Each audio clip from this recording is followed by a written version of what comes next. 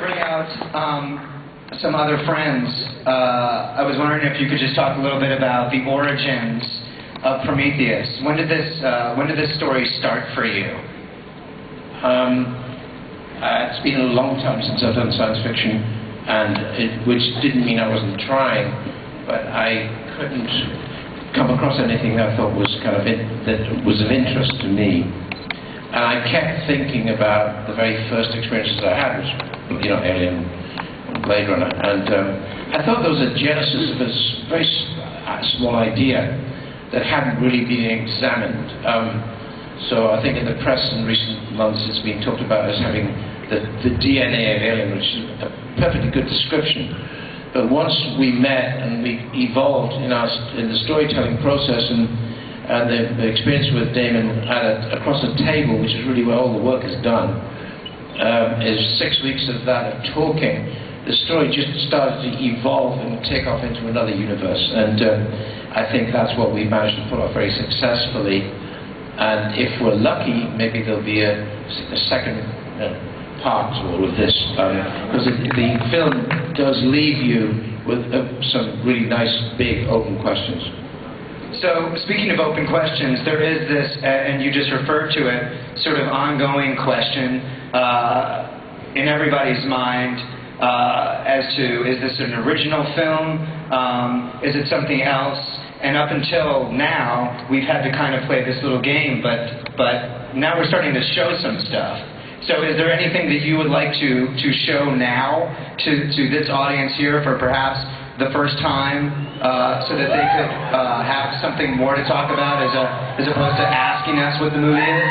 You mean the trailer? Yeah, maybe like, and not the trailer, and not the trailer that's been online for the last 12 hours.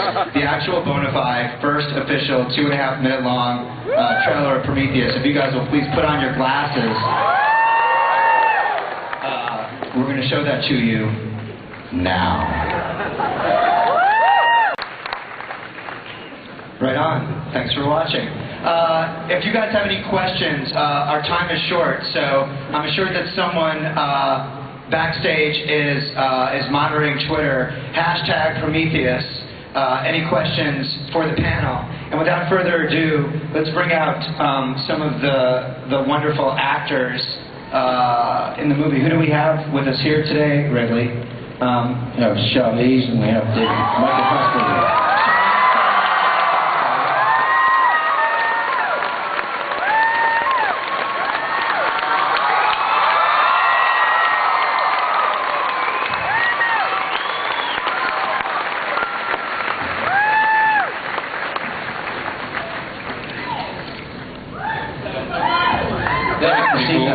That's the first time they've seen anything of the film, is that right? Michael, Charlize, Wondercon, Michael, Charlize.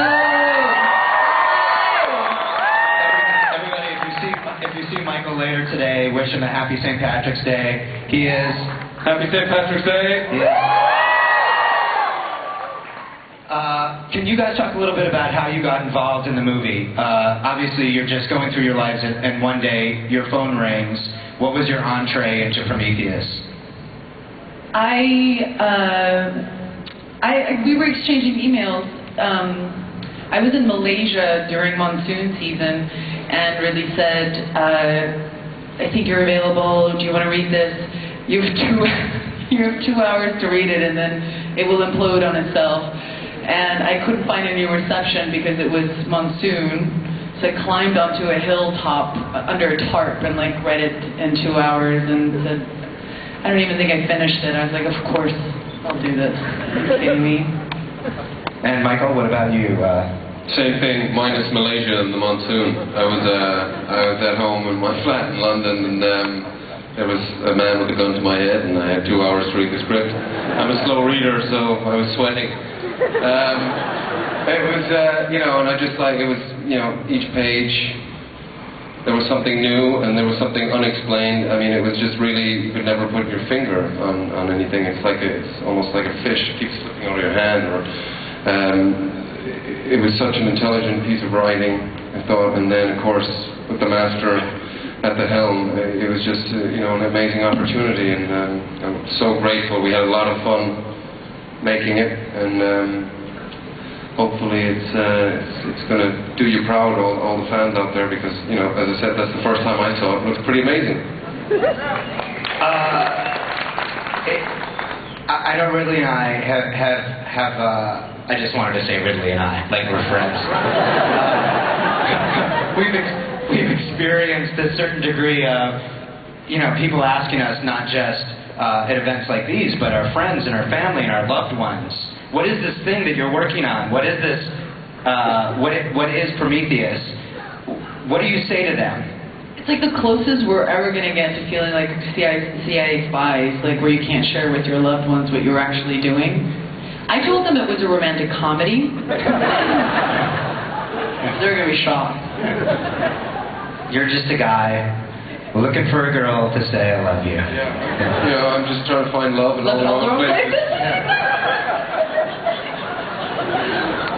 Ridley, can you tell us a little bit about what it was like working with not just these two, but the amazing ensemble? Obviously, I think we have to mention Noomi Rapace, who is awesome, Idris Elba, who is just incredible, Logan Marshall Green, who you guys have not really met yet, but is great. Can you talk a little bit about the cast of the movie? Yeah, I mean, once the most difficult thing is set is the script, the story in the script.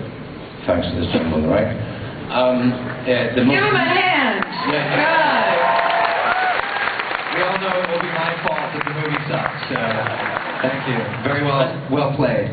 And the next most important thing is who am I going to have to play all these wonderful parts. And so I spent a great deal of time thinking, and with, of course, a good casting director. But I've already got pretty good preconceptions of, you know, who the main players are going to be. Therefore, I just hope that that's who I'm going to get, because I've done enough homework by that moment, and also have watched them enough to think that what I'm looking for when I'm, you know, going to work with an actor, actress, is that I've said this before.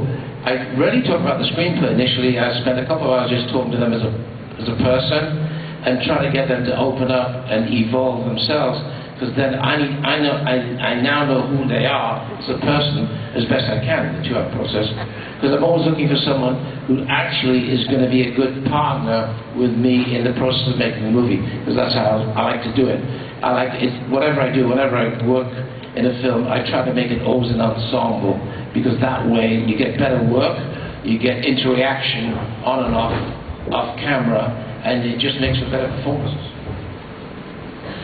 Charlize, you are a movie star.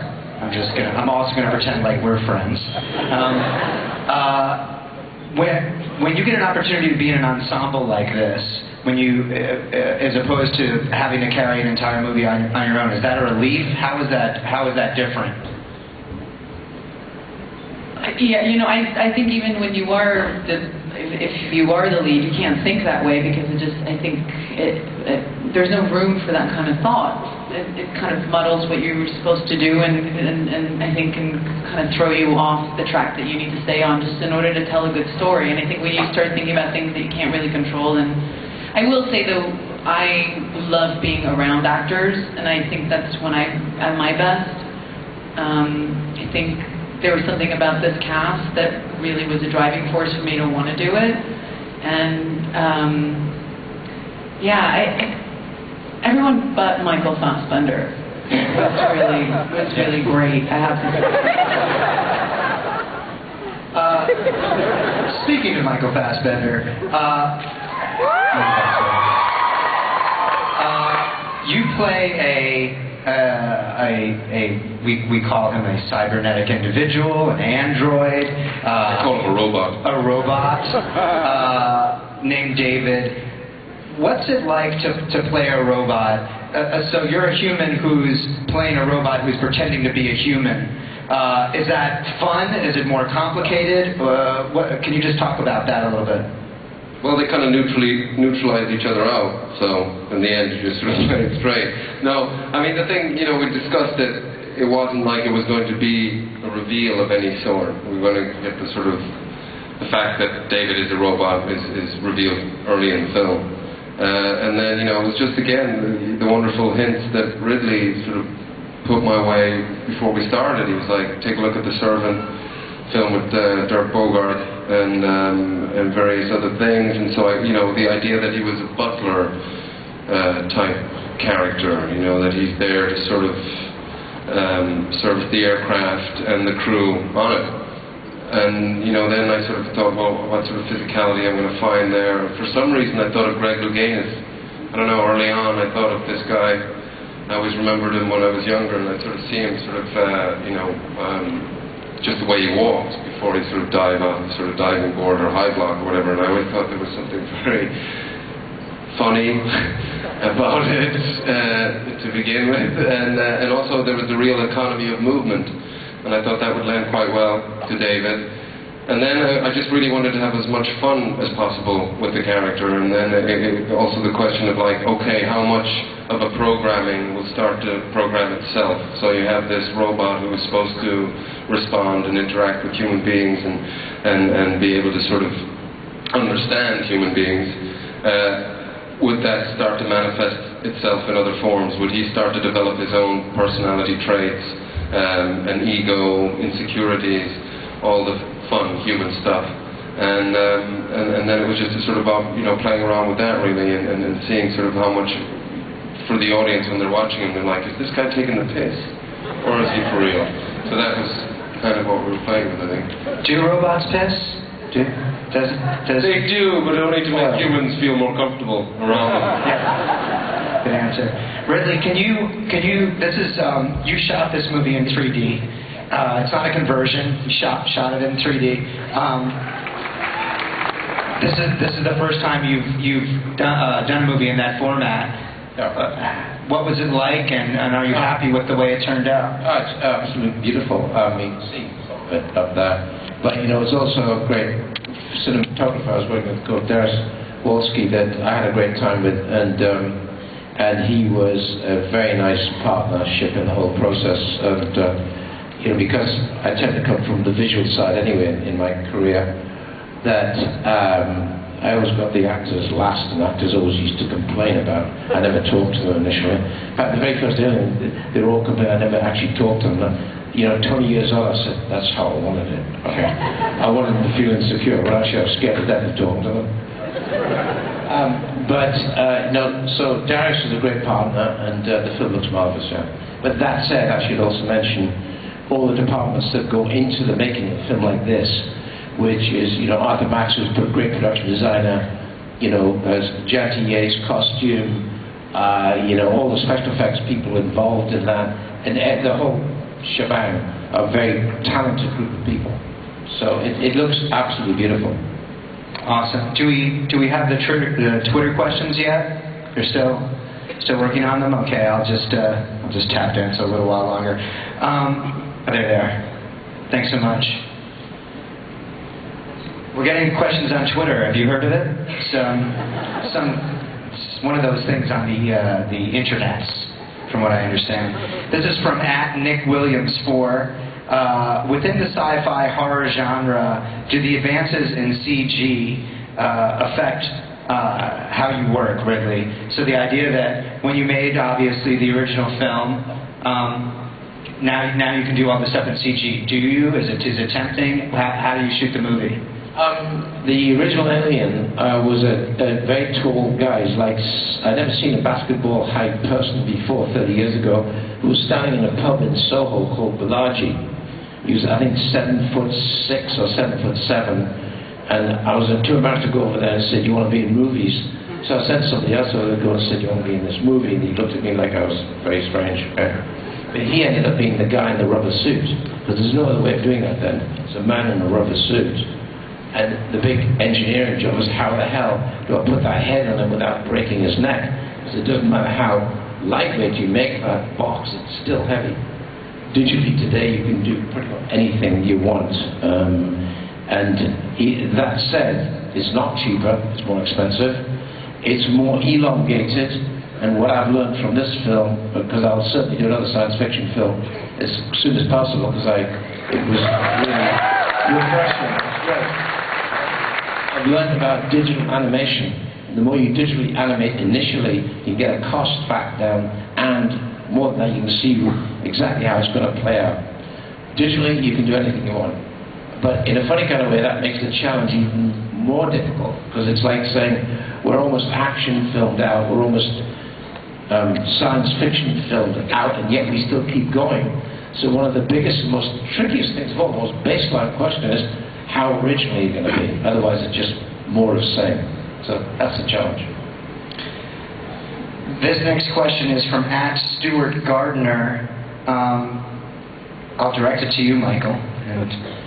There are rumors on the net that Fassbender gives birth to mankind in the movie. And I assume he's talking about your character.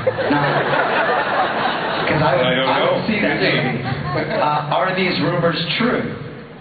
Absolutely. You heard it here first, folks. This question is not directed at anyone in particular, but I'll direct it to Charlize because I think she's in the best position to answer it, literally, from @visit_LV426. What does Michael Fassbender smell like?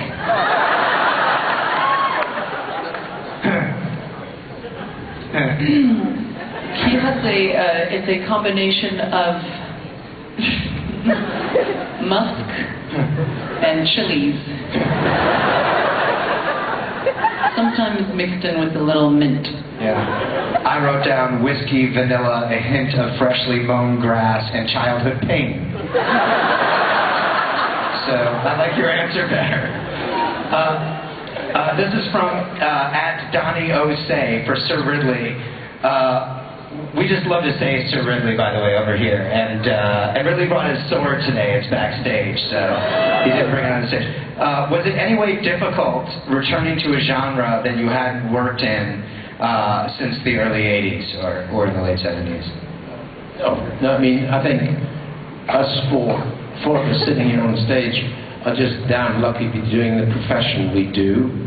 And so for me to come back and do anything, I don't care what it is, I'm relieved and grateful that I'm still allowed to do it. So for me, it was a real dynamite pleasure coming back.